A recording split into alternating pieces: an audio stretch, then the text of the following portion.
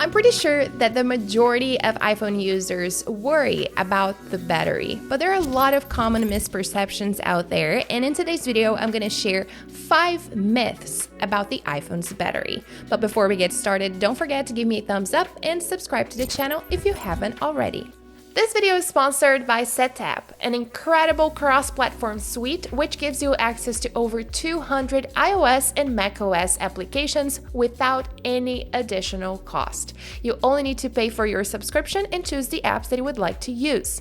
Now, a great benefit is that you can start a 7-day trial for free when you use the link listed down below in the description. So the first myth is that you cannot use third-party chargers like Anker chargers, Belkin, any other chargers and cables from different brands. That is not true, and you can definitely use third-party chargers and cables. The only thing you need to make sure is if they are MFI certified.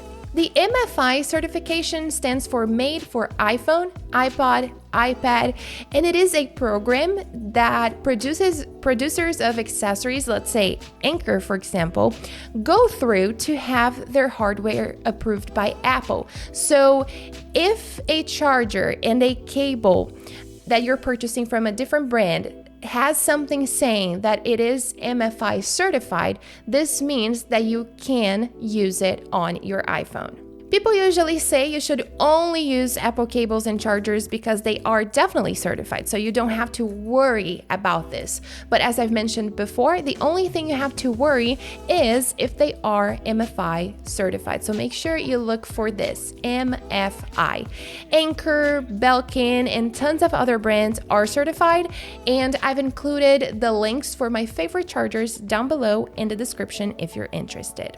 Now, the second myth is that you need to close all the applications that are open in the background, and it's actually the opposite of this. You do not need to close all the apps that are open in the background.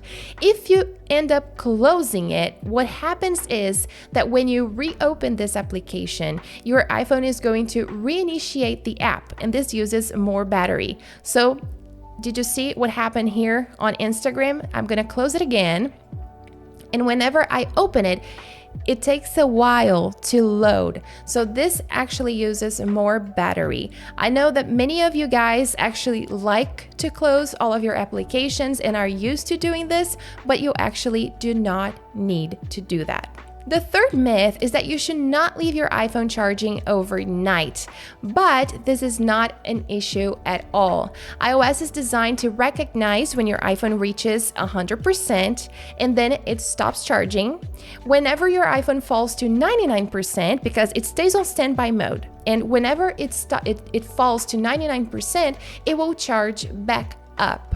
But it will stop at 100%. Your iPhone will not overcharge. This doesn't happen at all, so you don't have to worry about charging it overnight.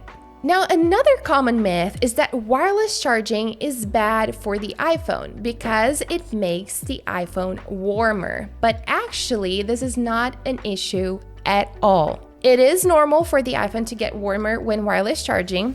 Wireless charging does charge lower and it does make the iPhone warmer, but it is definitely okay. You should only start worrying if it gets extremely hot. So if it's a little warm, it's totally fine. If it starts feeling like it's burning, then it's definitely not okay and you may start worrying about it.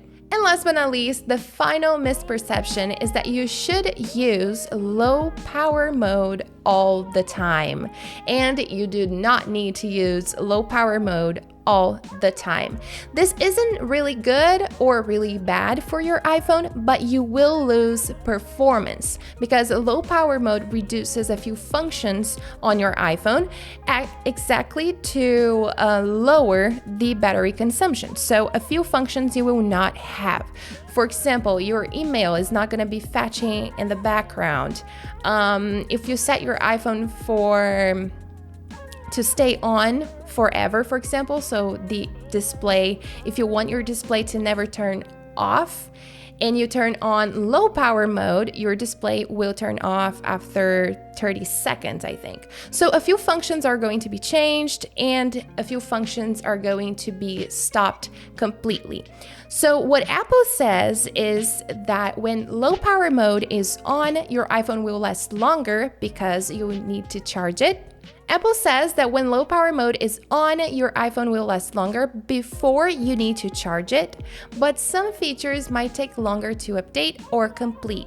Also, some tasks might not work until you turn off low power mode or until you charge your iPhone to 80% or higher. So I don't recommend using low power mode all the time, only when you are actually with low battery. So let's say you have 30% of battery and you are not at home, you do not have access to a charger, then definitely turn it on because you will have your battery will last longer before you can charge it, but do not use it when you don't need it because you will be missing a few features. And these are the 5 most common misperceptions and myths about the iPhone's battery. If you enjoyed today's video, don't forget to give me a thumbs up and subscribe to the channel if you haven't already. Thanks for watching, and I'll see you guys next time.